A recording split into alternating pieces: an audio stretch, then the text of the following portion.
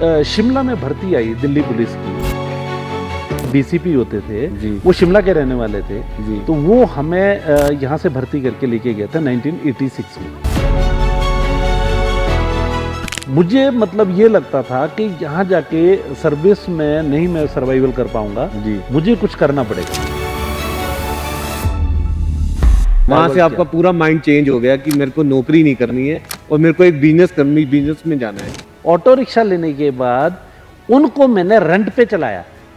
वो मुझे एक ऑटो रिक्शा वाला शाम को 170 रुपए देता था। 2 बैग लेकर गए थे। हाँ। और जब वापस आना था तो गाड़ी में भी नहीं पूरा आया। गाड़ी में सामान पूरा नहीं आया, कुछ बच्चों का मतलब टॉयज वगैरह जो ना कुछ छोड़ने पड़े हमारे को वहाँ पे जाके। मेरे अकाउंट में 1 करोड़ रुपया था जो उन्होंने जो है ना विदाउट कंसेंट के जो है ना वो अपने बेटे के अकाउंट में ट्रांसफर कर दिया। उस समय क्या हालात थे आपके, क्या डिप्रेशन में भी चले गए थे? भरोसा जो टूटा मेरा वो उसी वजह से टूटा कि मैंने पार्टनरशिप शुरू करी। उस पड़ाव से निकल के एडवेंचर रिजॉर्ट बनाने तक का इतना बड़ा जो प्रोजेक्ट खड़ा किया आज आपने, जो पूरे देश में मशहूर है।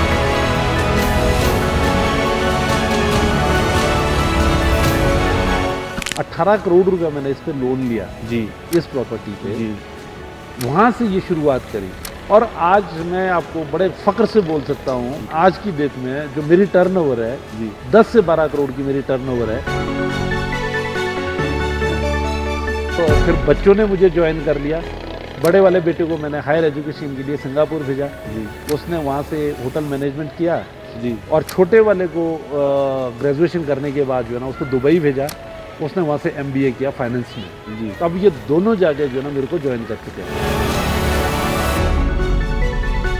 3 चीज़ें लाइफ में हमेशा याद रखना जी। सही टाइम पे, सही डायरेक्शन पे, सही डिसीजन अगर आपने ले लिया दुनिया की कोई ताकत नहीं है जो आपको रोके।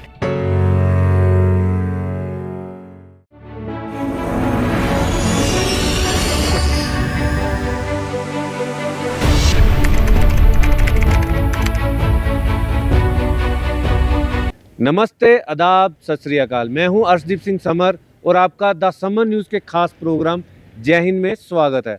आज हम जय हिंद में ऐसे देश के कोहिनूर से आपकी मुलाकात कराएंगे जिसने शिमला से शुरू होकर दिल्ली और दिल्ली से दोबारा शिमला में आकर ऐसा उद्योग खड़ा किया जो आज पूरे देश में मशहूर है। हम स्वागत करते हैं शिमला के उद्योगपति बलदेव ठाकुर जी का। नमस्कार बलदेव जी। जय हिंद। जय हिंद। बलदेव जी, बड़ी लंबी जर्नी है आपकी। आप पैदा कहाँ हुए थे? समर जी, मैं बेसिकली मखड़ोल गांव है यहाँ से 3 किलोमीटर नीचे जहाँ मेरा ये वर्क प्लेस है। मैं मखड़ोल गांव में पैदा हुआ और 1986 में फरवरी में मेरा जन्म हुआ। आप एक किसान के बेटे हैं, तो स्कूलिंग कहाँ से की आपने?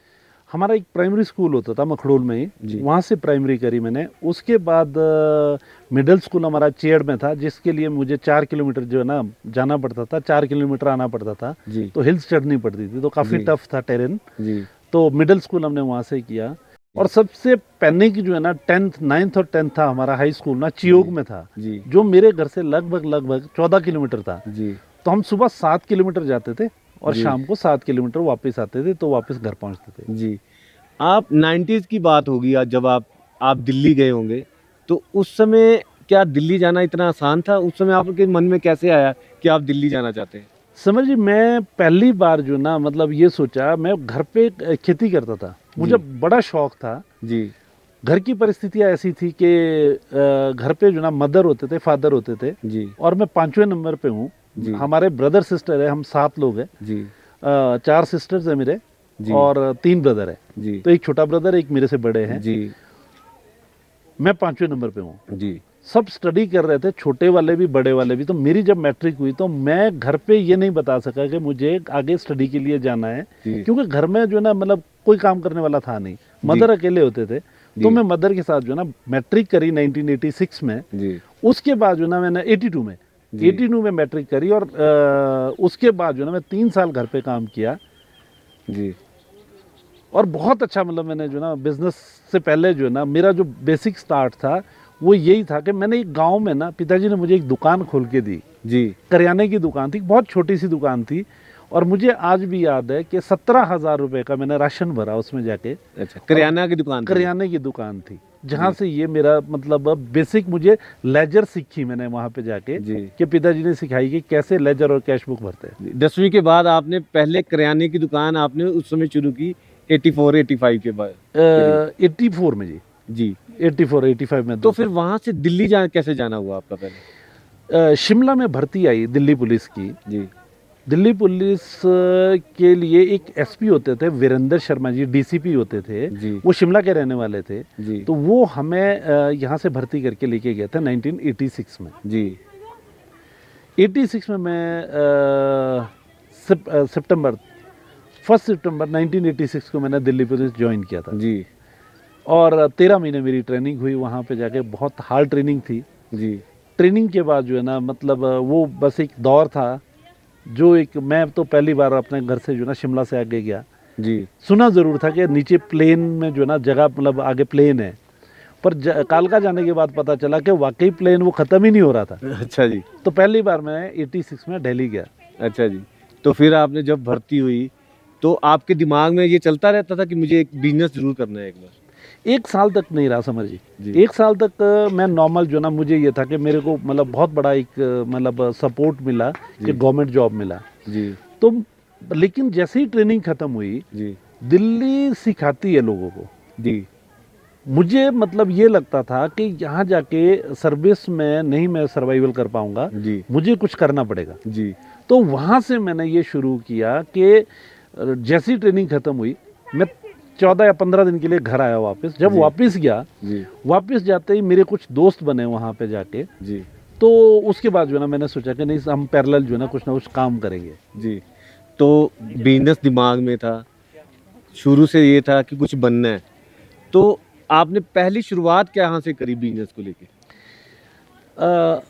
हमारे लिए सबसे बड़ा एक जो है ना, जो दिल्ली का पॉइंट था उन दिनों जाके जो ना, मुझे ये लगता था, ट्रेनिंग मेरी किंग्सवे कैंप में हुई थी दिल्ली में, जो पहली बार गया मैं। जी तो हम बस में जब ट्रैवल करते थे तो कश्मीरी गेट बस जाती थी हमारी। जी। वहाँ पे एचपीएमसी का एक बूथ होता था। अच्छा जी। हम वहाँ जूस पीने जाया करते थे। जी तो जब वो जूस पीते थे तो मुझे लगा यार, एचपीएमसी जो है ना, ये तो हिमाचल का प्रोडक्ट है, जी शायद हो सकता है अगर मेरे को कहीं स्पेस मिले तो मैं ये बूथ खोलूं, उसमें से मुझे जाके जो है ना कुछ पैसा मिल जाएगा। जी लेकिन वो मुझे स्पेस नहीं मिला वहाँ पे, बस स्टैंड में नहीं दिया किसी ने भी। जी मैंने ट्राई बहुत किया पर नहीं हो पाया। जी फिर मैंने जो पहला बिजनेस जो स्टार्ट किया, जो बिजनेस का जिसको बोलते हैं कि मेरा इनिशियल जो स्टार्ट हुआ, जी मैंने 2 ऑटो रिक्शा लिए। जी ऑटो रिक्शा लेने के बाद उनको मैंने रेंट पे चलाया। वो मुझे एक ऑटो रिक्शा वाला शाम को 170 रुपये देता था। जो मेरी पहली कमाई हुई वो 170 रुपये पर डे की थी। 170 रुपये मतलब आपको पर डे के आने शुरू हो तो और अच्छा, मेरी वहाँ से आपको शुरुआत होगी आपके बिजनेस की? मेरे बिजनेस की। और मेरी जो पहली सैलरी थी जी वो 840 रुपये थी, जी फर्स्ट सैलरी जो मेरे को मिली। जी बट जब ये 170 रुपये जब मेरे को डेली आने शुरू हो गए ना, जी तो मुझे लगा कि मैं सैलरी से तो बहुत ज़्यादा जो है ना, मतलब महीने में कमा लूँगा इसमें जाके। जी। और वही मेरा जो है ना डाइवर्शन का पॉइंट था कि जहाँ से मैंने अपने आप को वहाँ से divert आपका पूरा माइंड चेंज हो गया कि मेरे को नौकरी नहीं करनी है और मेरे को एक बिजनेस में जाना है। किया, बिजनेस में जाना है। तो उसके बाद फिर आप कहाँ क्या क्या किया उसके बाद दिल्ली में आपने? फिर वो ज़्यादा देर नहीं चला वो काम जाके, रीज़न बीइंग क्योंकि मैं उनको प्रॉपर नहीं कर पाया जाके हैंडल। वो तेज़ थे लोग। बाद में मैंने वो दोनों ऑटो रिक्शा उनको दे दिए, फिर मैंने वो छोड़ दिया। सेकंड स्टेप मेरा हुआ कि मैं एक शख्स को जानता था, अश्विनी अग्रवाल, जिन्होंने मुझे जाके मार्केटिंग के लिए जो है, सेल्स के लिए जो है ना, उन्होंने बोला कि अगर आप कर सकते हो जी जॉब के दौरान ही। उन्होंने मुझे सपोर्ट किया। उन्होंने मुझे एक फैब्रिक दिया, जी डेनम जो है ना, फैब्रिक ये जो हम जीन पहनते हैं, जी तो स्ट्रेच डेनम जो ना उन दिनों नई नई इंपोर्ट हुई थी, वो चाइना से आता था जी। फैब्रिक उसका। जी उससे मैंने स्टार्ट किया। रियल बिजनेस जो मेरा स्टार्ट हुआ जी वो फैब्रिक से हुआ। जी। तो फैब्रिक से आपने इंपोर्ट करना शुरू कर दिया काम? इंपोर्ट का बिजनेस शुरू कर दिया आपने? वो इंपोर्ट वो करते थे, मैं सेल के लिए जो है ना मार्केटिंग करता था आप दिल्ली उस समय मार्केटिंग में आ चुके थे? मार्केटिंग में आ चुका था और मुझे मतलब अच्छा एक्सपीरियंस हो गया था। जी। मतलब 6 महीने में मैंने काफ़ी सारा काम करना शुरू कर दिया था। तो आपने इंपोर्ट का बिजनेस भी किया था उसके बाद? नहीं जी, मैंने इंपोर्ट कभी भी नहीं किया, जी। बट सेल्स में मेरी मास्टरी इतनी हो गई थी कि एक इंस्टांस में बताता हूँ आपको। चांदनी चौक मार्केट में जी। किशन चंद एंड सन्स करके एक दुकान है जी। और ये नई सड़क है वहाँ पे जाके जहाँ पे ये फैब्रिक का काम होता जी। है और उसके बिल्कुल अपोजिट एक जगदीश सिल्क करके जो है एक आउटलेट था जो होलसेल का काम करते थे। जी।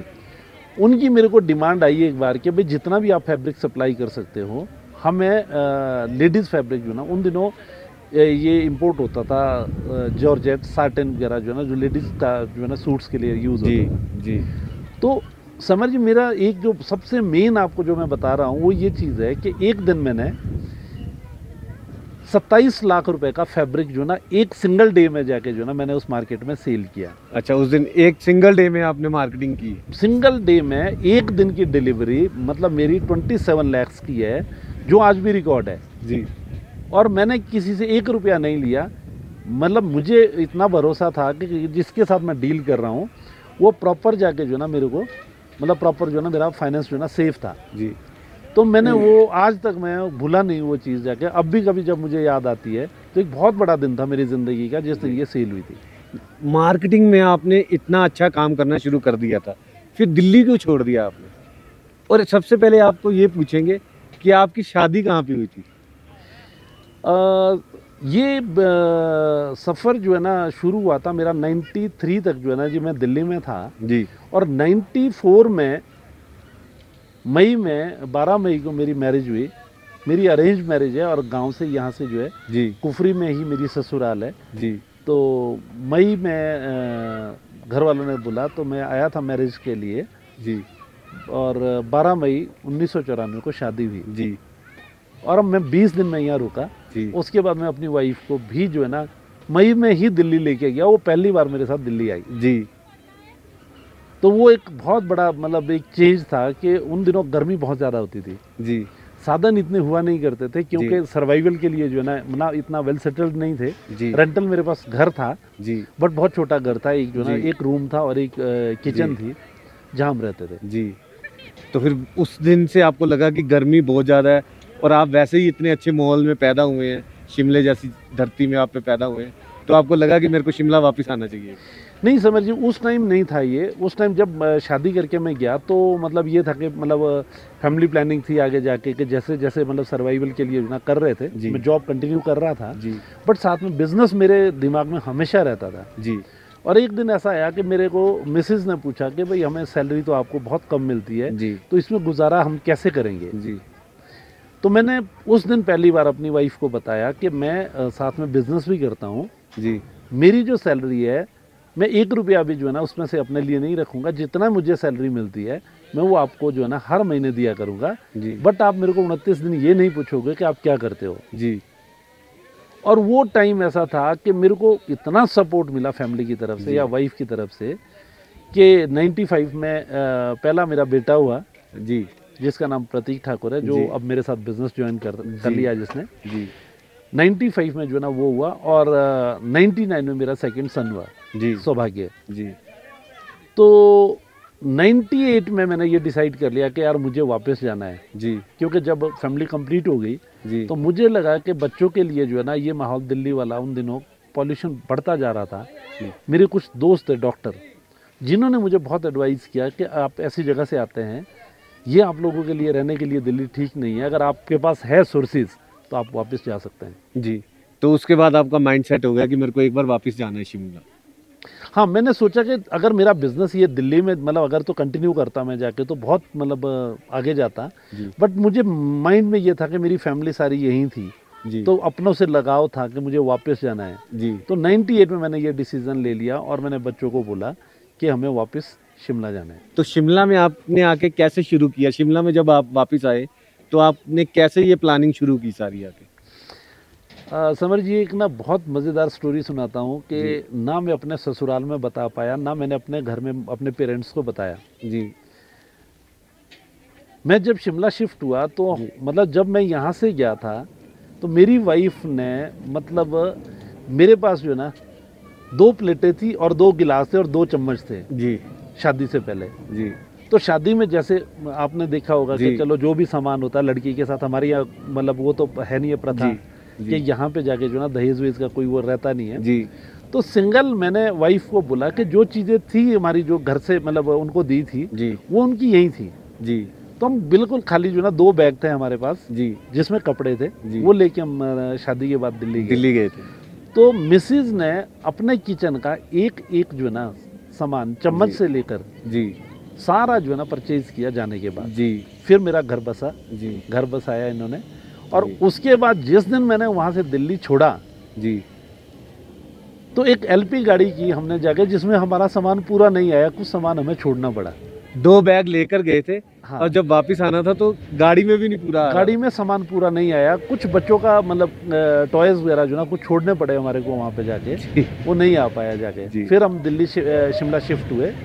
शिमला में मैंने रेंटल हाउस लिया, ये सेक्रेटरीट की कॉलोनी थी एक जाके, बसंत विहार। जी तो सबसे पहले मैंने वापस शिमला में सेटल हुए, जी बच्चों को एडमिशन दिलवाया। जी। उसके बाद मैंने घर में डिक्लेयर किया कि हम दिल्ली छोड़ के आ गए। अच्छा, मतलब पहले आपने बच्चों का एडमिशन करवा लिया, फिर उसके बाद आपने घर वालों को बताया कि अब मैं दिल्ली छोड़ आया हूँ। हाँ, मतलब वो विश्वास नहीं कर रहे थे पेरेंट्स के भाई ये वापस वाकई आ गया है। तो वो बिजनेस की नींव कहाँ से रखी फिर आपने शिमला में आके? शिमला में मैंने सबसे पहले एक महासू पीक जगह है यहाँ पे जाके, वहाँ पे एक पीएन वॉटल करके जी एक मेरे किसी के थ्रू नोन बने, जी जिनकी ज़मीन थी यहाँ पे, जी 26 बीघा लैंड थी। ठीक। वो मैंने ली थी क्योंकि वो हिमाचली नहीं थे, जी तो उसको लेने के लिए 118 की परमिशन ज़रूरत थी जी कि जब उनको सेल करने की। जी तो मैंने सबसे पहले वो जो ना वो लैंड परचेज करी थी 14 लाख रुपए में। जी उस टाइम मेरे पास पैसे नहीं थे, जी मैंने उनको 2.5 लाख रुपया दिया। जी बाकी धीरे धीरे करके जो है ना वो पैसे मैंने उनको दिए। जी और उनकी डेथ से पहले, बाद में उनकी शायद मेरे ख्याल में 99 या 2000 में डेथ हो गई, और उससे 2 महीने पहले मैंने उनका वो जो अमाउंट था कंप्लीट कर दिया था। अच्छा, 14 लाख रुपए आपने कंप्लीट कर कंप्लीट कर दिए थे, और मैंने एक रेस्टोरेंट का बिजनेस शुरू किया था उसमें। दिए। जी, तो जब आपने रेस्टोरेंट का बिजनेस शुरू किया, सबसे पहले आपने लैंड पे बनाया क्या था उसको? मेरे को आज भी याद है कि मैंने स्टील स्ट्रक्चर पे जो है एक रेस्टोरेंट का जो ना वो करवाया डिज़ाइन। जी ये कोई फॉरेन गया हुआ था, इधर हमारे हिमाचल से था एक इंजीनियर, जी उसने मुझे आइडिया दिया कि हम ऐसा करते हैं कि स्टील के वो लेते हैं, उसकी रूफ डालेंगे और ऐसे हम जो है ना इसको बनाएंगे। जी। तो वो रेस्टोरेंट का काम मैंने सबसे पहले शुरू किया था। तो रेस्टोरेंट का नाम क्या रखा था? वो कंपनी का ही नाम रखा था, Mahasu peak resort and recreation private limited, अच्छा जी जो कंपनी बनाई थी। जी पहले ये मेरे फादर और मिसेस के नाम जो है ना जी लैंड थी, क्योंकि मैं उस टाइम जो है ना जॉब करता था, मैं अपने नाम ले नहीं सकता था। जी तो ये रजिस्ट्री, पहली रजिस्ट्री जो थी वो फादर के नाम से थी। जी। आपका पिता से बहुत लगाव था? बहुत ज़्यादा लगाव था जो है ना, मतलब जो कुछ भी आज हूँ मैं उन्हीं की वजह से हूँ, जी क्योंकि उन्होंने ही बिजनेस सिखाया, उन्होंने ही मुझे ये बताया कि लेजर कैसे लिखी जाती है या कैश बुक कैसे लिखी जाती है। जी मतलब वो बहुत बड़ा जो है ना, मतलब मेरे लिए इंस्पिरेशन थे पूरी लाइफ में, जी कि जब जब मुझे कोई प्रॉब्लम आई तो उन्होंने हमेशा जो है ना मुझे गाइड किया। जी। और आज भी जाके जो है ना 96 ईयर्स के, मैं आज भी कभी जब मतलब मुझे लगता है तो मैं आज भी मैं उनसे पूछता हूँ, अच्छा, आज भी आप सलाह लेने जरूर जाते सलाह लेने ज़रूर जाते हैं, तो वो आज भी हंस के वही बात बोलते हैं कि जैसे तू कर रहा है वैसे ही करते रहो, सब ठीक हो जाएगा। हैं? जी जी जी। तो जब आपने रेस्टोरेंट से आप फिर उसके बाद कुफरी फन वर्ड बनाया, तो वो कब आपने उसकी शुरुआत कब करी? ये 99 में हमने जाके जो है ना शुरुआत करी थी इसकी, कुफरी फन वर्ल्ड की। जी उन दिनों मतलब फाइनेंशियल सपोर्ट इतना नहीं होता था। मेरे एक दोस्त थे सुशील मलिक, जी उनको मैं जानता था दिल्ली से। जी उनका अपना फैब्रिक का काम था, वहाँ जाकर रेडीमेड गारमेंट्स का काम था। जी और उनकी भी कुछ परिस्थिति जो है ना ऐसी थी जाके कि उनके पास भी फाइनेंशियल जो है ना बहुत ज़्यादा शॉर्टेज थी। जी बट उनकी एक कोई लैंड थी बिकी हुई जाके कि जिसके कभी फ्यूचर में पैसे आने थे, जो पता नहीं था। जी तो मैंने उनको अपने साथ ज्वाइन किया कि ठीक है यार, जब भी कभी होगा तो ठीक है, नहीं तो इस रेस्टोरेंट से गुजारा करेंगे दोनों जाके। जी और वो भी मेरे साथ ही शिफ्ट हुए थे मनाली के लिए। हमने एक होटल लिया था लीज पे पहले, जी वहाँ पे जाके उन्होंने जी। लिया था बेसिकली वो, जी तो मैं भी उनके साथ जाता था। जी और वो एक साल बाद 99 में जो है ना शिफ्ट हुए यहाँ पे वापस शिमला के लिए। जी। तो फिर आपने पार्टनरशिप में वो बनाया फनवर्ड। जिंदगी की सबसे बड़ी भूल मेरी यही हुई, जी भरोसा जो टूटा मेरा वो उसी वजह से टूटा कि मैंने पार्टनरशिप शुरू करी। एक हिमाचली होने के नाते एक ईमानदार मतलब छवि के हिसाब से जो है ना मैंने पार्टनरशिप करी थी, जो 2010 में जाके हमें लास्ट में वो ब्रेक करनी हुई। दोस्ती में धोखा मिला, अपनों से धोखा मिला, अपनों से धोखा मिला। अपनों से धोखा मिला, मतलब मैं ये बोल सकता हूँ। जी। तो उस समय क्या हालात थे आपके, कैसा माइंड आपका बन चुका था, क्या डिप्रेशन में भी चले गए थे आप? समर जी उस टाइम मेरे पास बहुत पैसा था, मतलब 1 करोड़ रुपया बहुत होता था। जी मेरे अकाउंट में 1 करोड़ रुपया था जो उन्होंने जो है ना विदाउट कंसेंट के जो है ना वो अपने बेटे के अकाउंट में ट्रांसफ़र कर दिया। जी और मुझे ये पता था कि हमारे को ये बैंक लोन चुकाना है, तो उसमें ये पैसा चला गया। जी वो मुझे बाद में पता चला। जी लेकिन जो भी इसका एंड हुआ, मतलब ये हुआ कि हमने जाके वो प्रॉपर्टी छोड़ी। जी मुझे 7% शेयर मिले, 93% जो है ना मैंने उनको दे दिए, जी जबकि पार्टनरशिप हमारी 50-50 की थी। जी। तो क्या था उस समय माहौल, कैसा था आपका उस समय, कैसे आप उस लाइफ कैसे सरवाइव कर रहे थे, कैसा फैमिली का कितना सपोर्ट था उस समय आपको?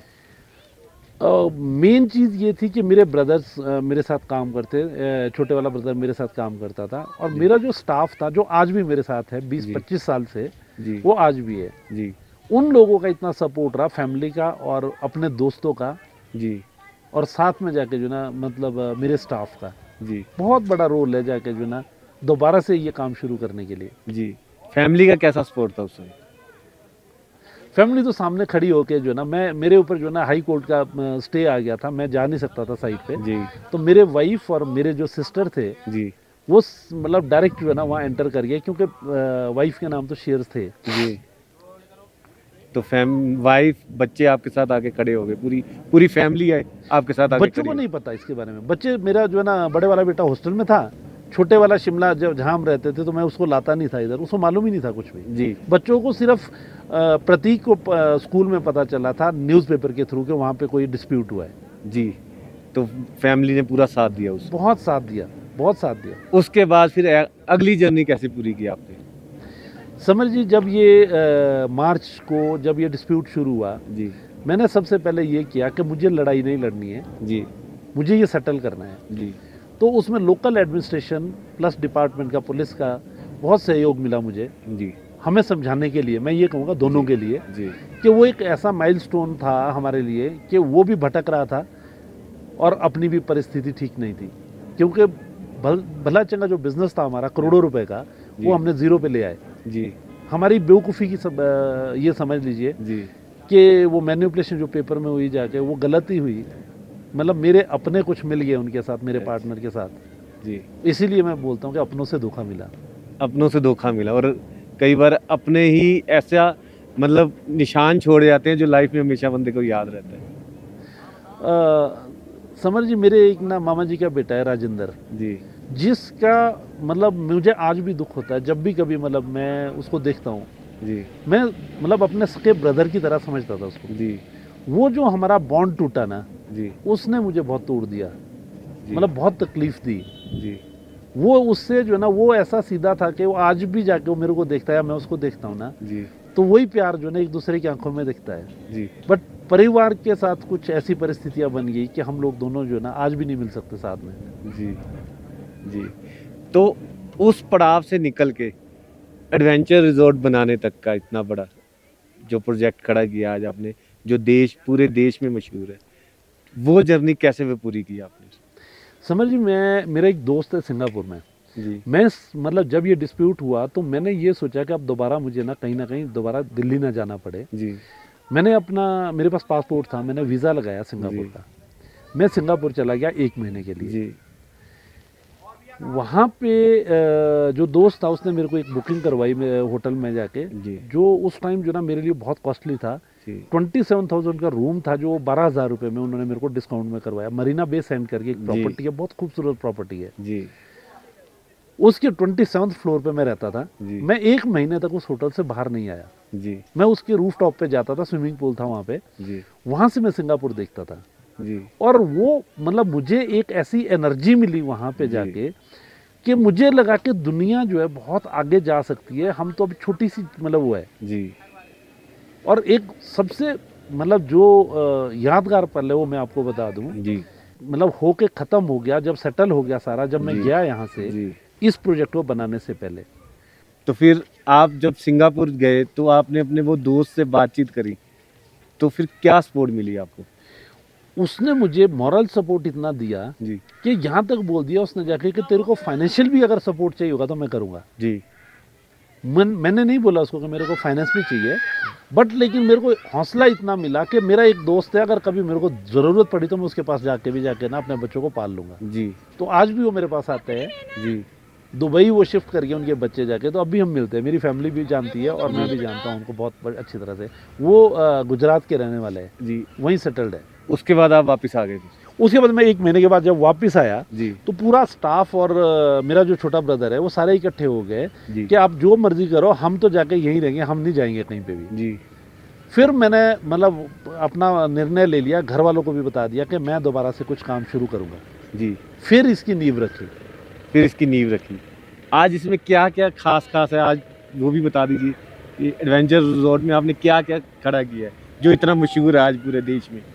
समझ जी, ये मेरे लिए भी मतलब मिरेकल है जो मैं बोल सकता हूँ आपको। जी इसका सबसे बेस्ट पार्ट ये है कि ये पूरा प्रोजेक्ट मैंने 17 महीने में स्टार्ट कर दिया। जी 13 अगस्त 2013 को, जी सितंबर 2011 में मैंने शुरू किया था। जी 13 अगस्त 2013 को मैंने इसको ऑपरेशनल कर लिया था। जी आज भी जाके इसमें अभी भी देखेंगे तो कहीं ना कहीं आपको डेवलपमेंट दिखेगी, जी काम चल रहा है। जी मैंने 2013 से लेकर 2024 आ गया है, ऐसा कोई दिन नहीं है कि जिस दिन हमारी किचन बंद हुई हो। एक जी। मेरा जो ना एक बड़ी इंटरेस्टिंग स्टोरी जी। सुनाता हूँ। ऊपर वाला करवाने वाला होता है, इंसान कुछ नहीं कर जी सकता। एक हमारा एक स्टाफ किचन है जी जहाँ पे पूरा स्टाफ खाना खाता है। जी साथ में एक इंस्ट्रक्शंस है जी कि बाहर से कोई भी आदमी आएगा, जी वो चाहे चाय के टाइम पे आएगा या लंच के टाइम पे आएगा या जी। डिनर के टाइम पे आएगा, जी। मतलब कोई भी आदमी बगैर खाना खाए उस किचन से नहीं जाता। अच्छा जी, क्या और ये मतलब 2010 में जो है ना, मतलब डिस्प्यूट के बाद जो है ना, जब ये 2011 में हमने शुरू किया था तब जी। से ये किचन चल रही है। जी और बस ऊपर वाले की कृपा है और हमारे इष्ट देव जो हमारे हैं कुलिष्ट, जी। उनकी कृपा ही आज भी चल रहा है। जी।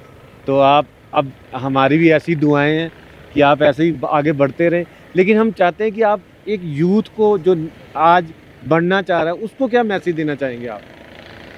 समझिए, जब ये मैंने प्रोजेक्ट शुरू किया था, फंड्स थे नहीं मेरे पास। जी पहले वाला प्रोजेक्ट मैंने जो ना उनको हैंडओवर कर दिया था, उसमें जी। से मुझे बहुत कम पैसा मिला था, 7% कुछ भी नहीं होता। जी उस अमाउंट से जो ना शुरू किया। जी मैंने फिर एक अपना बैंकर जो शुरू से था, पंजाब नेशनल बैंक, मैंने वहाँ से फंडिंग करी। जी 18 करोड़ रुपया मैंने इस पे लोन लिया, जी इस प्रॉपर्टी पे। जी वहाँ से ये शुरुआत करी। जी और आज मैं आपको बड़े फ़ख्र से बोल सकता हूँ जी कि मैं आज की डेट में जो मेरी टर्नओवर है, जी 10 से 12 करोड़ की मेरी टर्नओवर है। जी और खुल के बोल रहा हूँ आपके सामने, जी मतलब मेरे अकाउंट्स को कोई भी चेक कर सकता है, कोई भी डिपार्टमेंट आके चेक कर सकता है। जी और आज भी मैं चौड़े में बोलता हूँ कि ठोक के बोलता हूँ कि 2017 जब से जीएसटी शुरू हुआ है, जी मेरी कभी एक दिन की डिले नहीं है कि जिसमें मैंने टैक्स में कभी जाके जो ना डिले किया हो। जी और आज की डेट में इस यूनिट में 140 के आसपास एम्प्लॉई है जी जो रेगुलर है,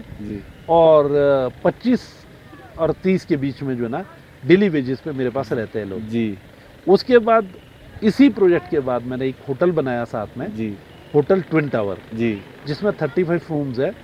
और अपने आप में वो प्रॉपर्टी भी आज जो है ना, मतलब आप देख सकते हैं उसका जी अच्छा नाम कमाया है यहाँ पे जाके। जी अब फिर बच्चों ने मुझे ज्वाइन कर लिया। बड़े वाले बेटे को मैंने हायर एजुकेशन के लिए सिंगापुर भेजा, जी उसने वहाँ से होटल मैनेजमेंट किया। जी और छोटे वाले को ग्रेजुएशन करने के बाद जो है ना उसको दुबई भेजा, उसने वहाँ से एमबीए किया फाइनेंस में। जी। तो अब ये दोनों जाके जो है ना मेरे को ज्वाइन कर चुके हैं। तो आप क्या संदेश देना चाहेंगे कि जो ईमानदारी है वो सफलता देती है? मेहनत और ईमानदारी। मैं आपको सच एक चीज़ बताता हूँ अपनी जी। ज़िंदगी का, बहुत अप्स एंड डाउन्स देखे मैंने। जी प्रैक्टिकल एजुकेशन जिसके पास है जी और ईमानदारी से मेहनत करना जानता है, जी 3 चीज़ें लाइफ में हमेशा याद रखना। जी सही टाइम पे, सही डायरेक्शन पे, सही डिसीजन जी। अगर आपने ले लिया, दुनिया की कोई ताकत नहीं है जो आपको रोके। क्या कोई शॉर्टकट भी है जहाँ से जल्दी पैसे कमा सकते हैं, ऐसा लगता है कभी?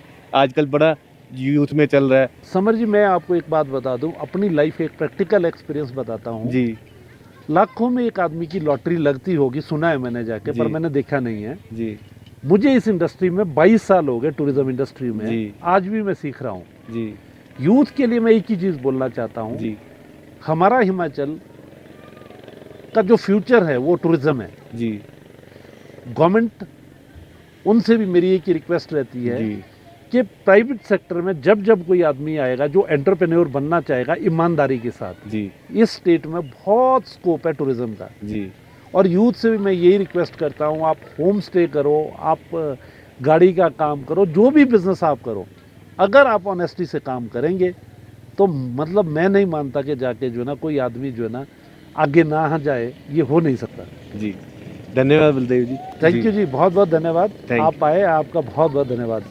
ये थे बलदेव ठाकुर जी, जिन्होंने बताया कि किस तरह ईमानदारी और मेहनत से उन्होंने ये मुकाम हासिल किया। इसी तरह आप देखते रहिए। जय हिंद।